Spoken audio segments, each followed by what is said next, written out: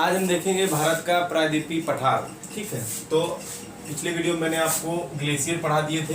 इस वीडियो में हम देखेंगे आज प्रायद्वीपीय भारत। देखिए, प्रायद्वीपीय भारत पूरा यहाँ से यहाँ के नीचे, मतलब कहने का पंजाब से लेकर पंजाब, हरियाणा, दिल्ली, उत्तर प्रदेश, बिहार और पश्चिम बंगाल, और ये पूरा बांग्लादेश के नीचे जितना भाग है वो प्रायद्वीपीय भारत का भाग है। ठीक है, तो देखिए समझिए, प्रायद्वीपीय भारत, प्रायद्वीप क्या होता है? प्रायद्वीप, सबसे पहले प्रायद्वीप क्या होता है? प्रायद्वीप वह भूखंड, मतलब किसी धरती का वह भाग जो तीन ओर से जल से घिरा हुआ हो, वह होता है प्रायद्वीप। देखिए, ये भारत जो है ये तीन ओर जल से कैसे घिरा हुआ? इधर है आपका अरब सागर,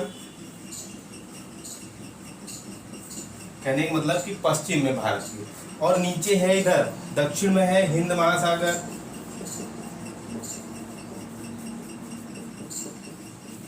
और पूर्व में है बंगाल की खाड़ी।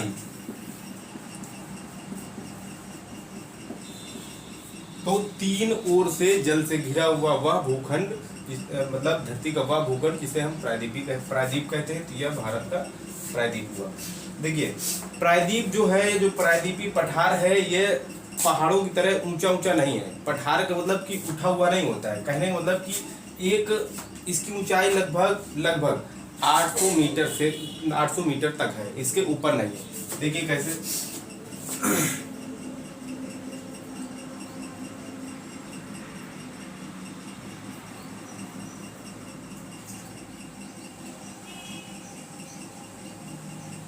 देखिए ये जो मैंने बनाया है, ये इधर ये प्रायद्वीपीय पठार है। फिर उसके बाद ये मालदा गैप, जिसे गारो गैप, जहाँ पर क्या बोलते हैं, आपका उत्तर का मैदान है। जैसे मैदान में पंजाब, दिल्ली, उत्तर प्रदेश, बिहार, ये सब बसे हुए हैं। तो मालदा गैप इधर ही है। फिर उसके बाद ये आपका है शिवालिक श्रेणी, फिर उसके बाद ये मध्य हिमालय, फिर उसके बाद ये महान हिमालय। ठीक, तो इस प्रकार संरचना है प्रायद्वीपीय पठार की। तो लिखना है, लिख लीजिए, लिखिए कि प्रायद्वीप उस भूखंड को कहते हैं जो तीन ओर से जल से घिरा हुआ हो, प्रायद्वीप उसे कहते हैं। फिर नेक्स्ट पॉइंट लिखिए, इसमें लिखिए कि प्रायद्वीपीय भारत की ऊंचाई लगभग 800 मीटर है। ठीक है, फिर उसके बाद लिखिए प्रायद्वीपीय भारत की उत्तरी सीमा, प्रायद्वीपीय भारत की उत्तरी सीमा, ये मैंने आपको यहाँ पर दिखाया है। ये जो है इतना ये है अरावली पहाड़ी, फिर ये है मालवा का पठार, ये जो रेड है। फिर इसका ये है आपका, लिख लेते हैं, ये है विंध्याचल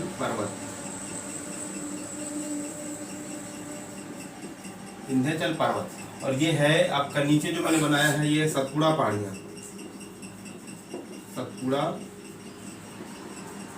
पहाड़ियाँ। ठीक, ये है अरावली की पहाड़ियाँ, ये है मालवा का पठार, ये है आपका विंध्याचल पहाड़ियाँ, ये है आपका क्या बोलते हैं, सतपुड़ा की पहाड़ियाँ, और ये जो है ये बनाया है मैंने, ये पश्चिमी घाट पर्वत, और ये जो बनाया है ये है पूर्वी घाट पर्वत। पश्चिमी घाट पर्वत लगातार है, कहीं कटा छटा नहीं है।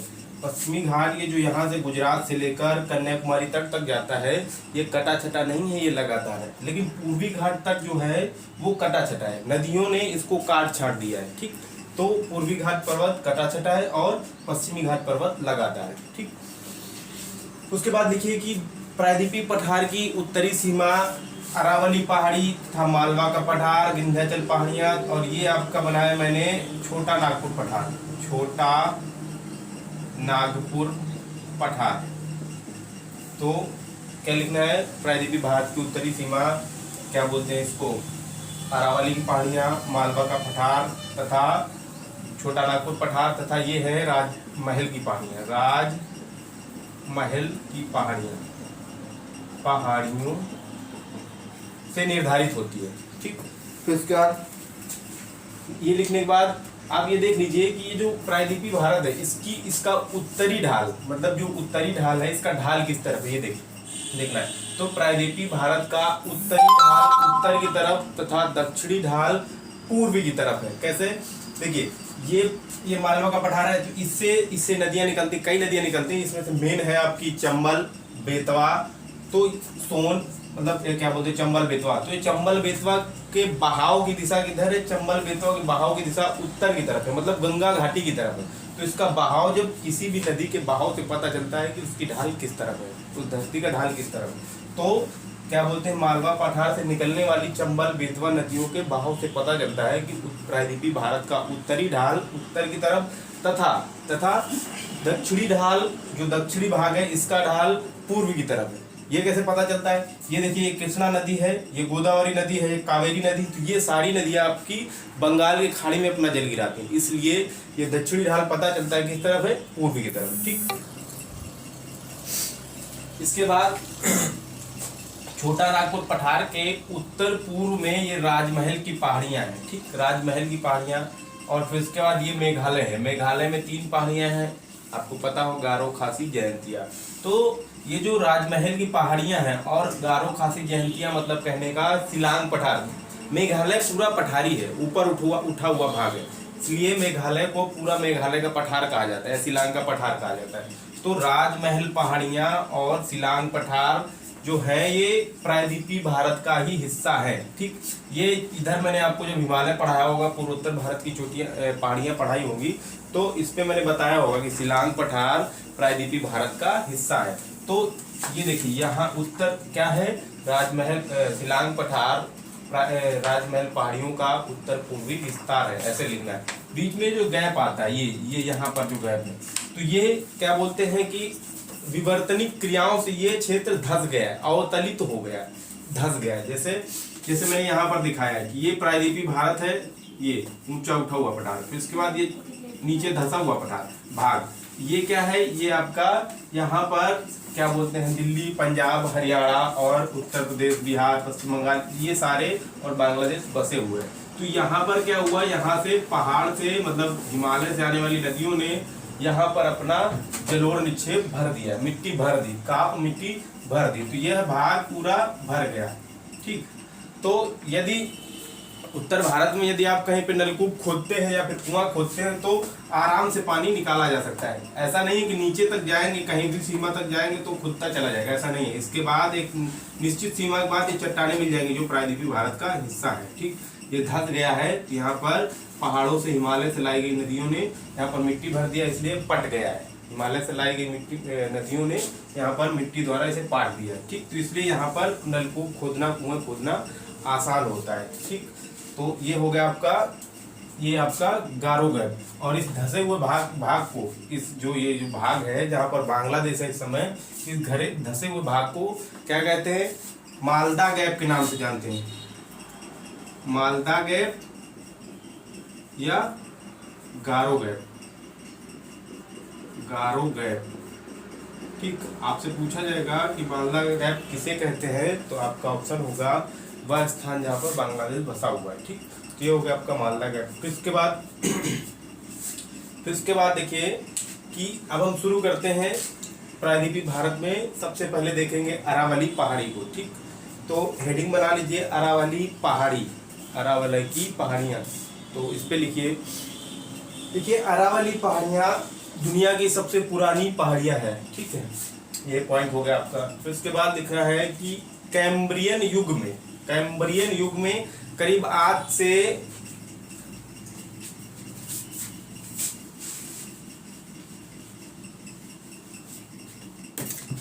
से करीब 600 से 570 मिलियन वर्ष पूर्व की बात है।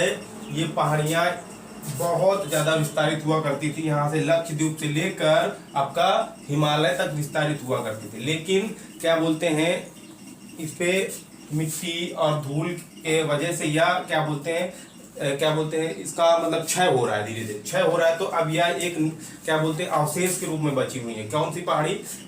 आपकी अरावली पहाड़ी। ठीक, तो अरावली पहाड़ी कैम्ब्रियन युग में कहाँ से कहाँ तक थी? तो यहाँ से लक्षद्वीप से लेकर, इसका विस्तार लक्षद्वीप से लेकर और इधर हिमालय तक था। किसका विस्तार? क्या बोलते हैं अरावली पहाड़ियों में था। ठीक, इस पे नेक्स्ट पॉइंट लिखिए अरावली पहाड़ी। अब इसका मेन मुद्दा चालू होता है। अरावली पहाड़ी आपकी गुजरात के पालनपुर नामक कस्बे से शुरू होती है।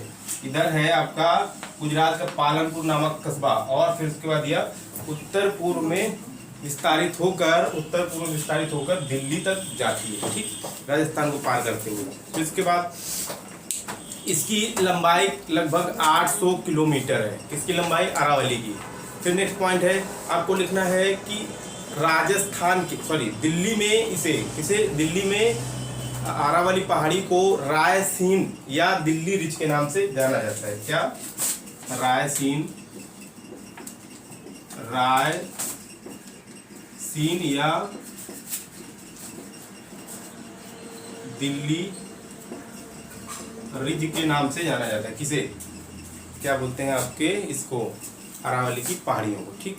फिर उसके बाद आपको इसी में लिखना है, नीचे एक नेक्स्ट पॉइंट लिखिए, दक्षिणी राजस्थान में इसे जरगा पहाड़ियों के नाम से जाना जाता है। कौन सी पहाड़ी? आपकी जरगा पहाड़ी। ये सारे नाम किसके हैं? ये सारे नाम अरावली पहाड़ियों के अलग अलग स्थानों में अलग अलग नाम से इसे जाना जाता है। तो दक्षिणी राजस्थान में इसे जरगा पहाड़ी के नाम से जाना जाता है, और टोडगढ़ में, इसमें टोडगढ़ में जरगा पहाड़ी के नाम से कहाँ जाना जाता है? इसको क्या बोलते हैं? दक्षिणी राजस्थान में। और टोडगढ़ में इसे मारवाड़ की पहाड़ियों के नाम से जाना जाता है, तथा अलवर के निकट इसे हर्षनाथ की पहाड़ियों के नाम से।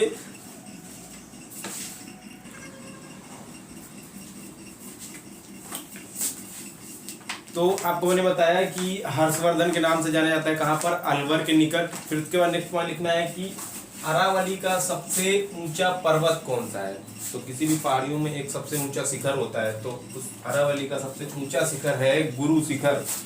कौन सा है?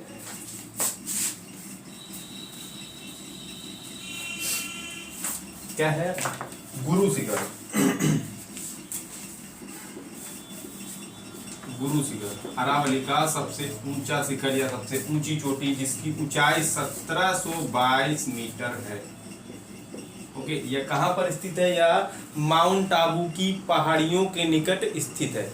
और माउंट आबू एक चीज के लिए और फेमस है, यहाँ पर जैन धर्म का एक प्रमुख मंदिर दिलवाड़ा मंदिर स्थित है, इसलिए यह माउंट आबू दिलवाड़ा मंदिर के कारण भी प्रसिद्ध है। फिर उसके बाद देखिए, ये जो मैंने लाइन बनाई है, ये नीली नीली, ये है आपकी बनास नदी।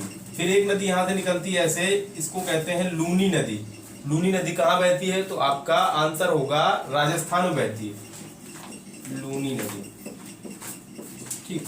ये है आपकी बनास नदी, और ये है आपकी चंबल नदी, और ये है आपकी बेतवा नदी, जो जाकर चंबल और बेतवा यमुना में मिल जाती हैं। और फिर उसके बाद ये यहाँ से सतपुड़ा की पहाड़ियों से निकलती है एक नदी, इसका नाम है सोन नदी, तो यह जाकर पटना के पास गंगा में मिल जाती है, ठीक। तो लिखना है आपको कि लूनी नदी अरावली की पहाड़ियों को पश्चिम से पूर्व की ओर काटकर बहती है, ठीक। अरावली की पहाड़ियों को पश्चिम से पूर्व की ओर काटकर बहती है।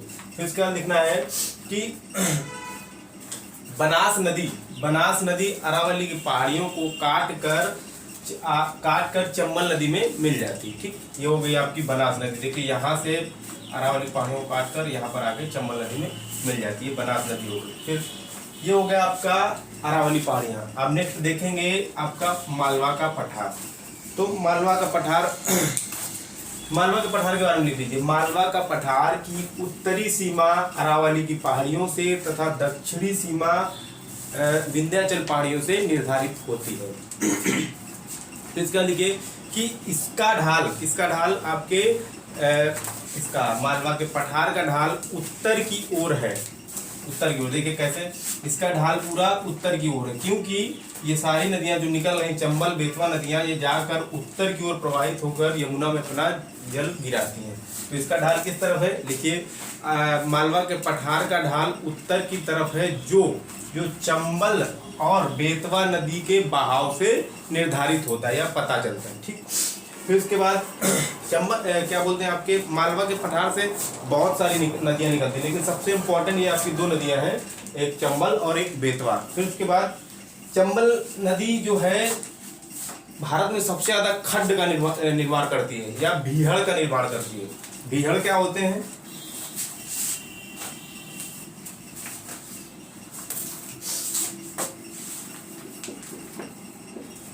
भीहड़ जैसे कोई पठार है भाई, तो चंबल नदी ऐसे ऐसे ऐसे ऐसे करते करते पूरा एक नालियों की नुमा संरचना बना देती है। जैसे आपने शोले मूवी देखी होगी तो उसमें ये सारी दिखाई गई, यहाँ पे घोड़े लेकर डाकू टहलते रहते हैं ना, तो ये आपका बिल्कुल वैसा ही होता है। यहाँ पर इनको कहीं से बनवाया नहीं गया, इनको सरकार ने नहीं बनवाया, ये चंबल नदी ने बनाया। इसका निर्माण, खड्ड का निर्माण किसने किया है? चंबल नदी ने किया। ये अपनी दिशा बदलती रहती थी, पुरानी बात है, अभी हाल की बात नहीं है, ठीक है। तो क्वेश्चन पूछा जाएगा कि भारत में वह कौन सी नदी जो सबसे ज्यादा खड्ड का निर्माण करती है, तो आपकी चंबल नदी, ठीक।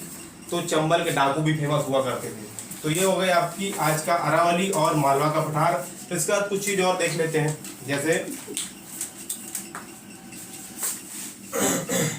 जैसे मैंने बताया कि प्रायद्वीपीय भारत, जो प्रायद्वीपीय भारत की संरचना थी वो कुछ इस प्रकार थी।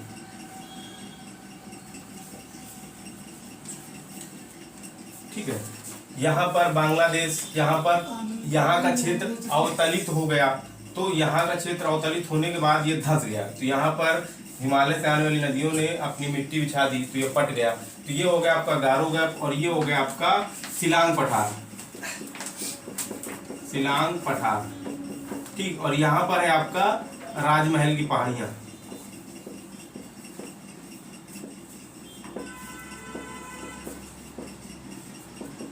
ठीक। तो आपका ये राजमहल की पहाड़ियां, ये शिलांग पठार जो यहाँ पर दिखाया गया, ये राजमहल की पहाड़ियां, बीच में धंसा हुआ क्षेत्र अवतलित क्षेत्र, और ये शिलांग पठार। फिर इसके बाद ये जो भारत दिखाया गया, जो प्रायद्वीपीय भारत है, वो यहाँ तक है सिर्फ। ये जो नीली नीली रेखा देख रहे हैं आप, ये इसके बाहर का क्षेत्र मैदानी है। कहने का मतलब ये जो ऐसे भारत है पूरा, ये दिखाया गया, लेकिन ये वाला भाग ऊपर उठा हुआ है और बगल में जो भाग है ये मैदानी है। तो ऐसा क्यों है? ऐसा इसलिए है कि जो नदियां अपना जल गिराती हैं, जैसे ये गोदावरी नदी है, कृष्णा नदी है, कावेरी नदी है, तो ये नदियां भारत के यहाँ से बहकर अपनी मिट्टी बहाकर लाती हैं और धीरे धीरे यहाँ पर बिछाती चली जाती है। तो बिछाती चली जाती है तो जो समुद्र का पानी होता है पीछे हटता चला जाता है और मैदान का निर्माण होता चला जाता है। इसलिए यहाँ पर तट पाए जाते हैं दोनों तरफ। इधर आपकी नर्मदा और ताप्ती नदियां भ्रंश में बहकर आपके पश्चिम में जल गिराती हैं, इसलिए यहाँ पर भी मैदान का निर्माण हो गया और यहाँ पर भी मैदान का निर्माण हो गया। तो इन मैदानों को अलग अलग क्षेत्र में अलग अलग नामों से जानते हैं। तटीय मैदानों को अलग अलग क्षेत्र में अलग अलग नामों से जानते हैं। तो देखिए, ये पश्चिमी घाट है, ये पश्चिमी मैदान, ये पश्चिमी तट और ये पूर्वी तट। तो पहले पश्चिमी तट के बारे में लिख लेते हैं। देखिए, आपको लिखना है गुजरात से गोवा के मध्य के तट को क्या कहते हैं? कोंकण तट कहते हैं। लिख लीजिए, ये लिख लीजिए, बहुत इंपॉर्टेंट, आगे बहुत मतलब काम आएगा समझने में आपको। गुजरात से गोवा के मध्य तट को कोंकण तट कहते हैं, ठीक। क्या कहते हैं? कोंकण तट। ये आपने लिखा हुआ है कोंकण तट। फिर उसके बाद गोवा से कर्नाटक के मंगलुरु तक के क्षेत्र को या तट को कन्नड़ तट के नाम से जानते हैं। क्या? कन्नड़ तट, ठीक। फिर उसके बाद मंगलुरु से कन्याकुमारी के मध्य तट को मालाबार तट के नाम से जानते हैं। मतलब कहने का, इधर गुजरात से लेकर कन्याकुमारी तक 3 तट पाए जाते हैं, ठीक। पहला आपका कोंकण तट, फिर कन्नड़ तट, फिर मालाबार तट, ठीक। फिर उसके बाद आते हैं आपके पूर्वी घाट में, पूर्वी तट में उड़ीसा से आंध्र प्रदेश के बीच के तट को उत्कल तट कहते हैं। ये लिखा हुआ है उत्कल तट, ठीक। फिर उसके बाद इसी को उत्कल तट या कलिंग तट कहते हैं या फिर उत्तरी सरकार तट कहते हैं, ठीक। फिर उसके बाद नेक्स्ट है आपका आंध्र प्रदेश से कन्याकुमारी तट के मध्य जो तट पाया जाता है उसे कोरोमंडल तट कहते हैं। लिखा हुआ है कोरोमंडल तट, ठीक। तो ये हो गया आपका तटों के बारे में जानकारी और आपके अरावली पहाड़ियां और आपका मालवा का पठार। नीचे जो भी पहाड़ियां बची वो सारे नेक्स्ट वीडियो में फिर मिलते हैं दूसरे वीडियो में। आज के लिए इतना ही।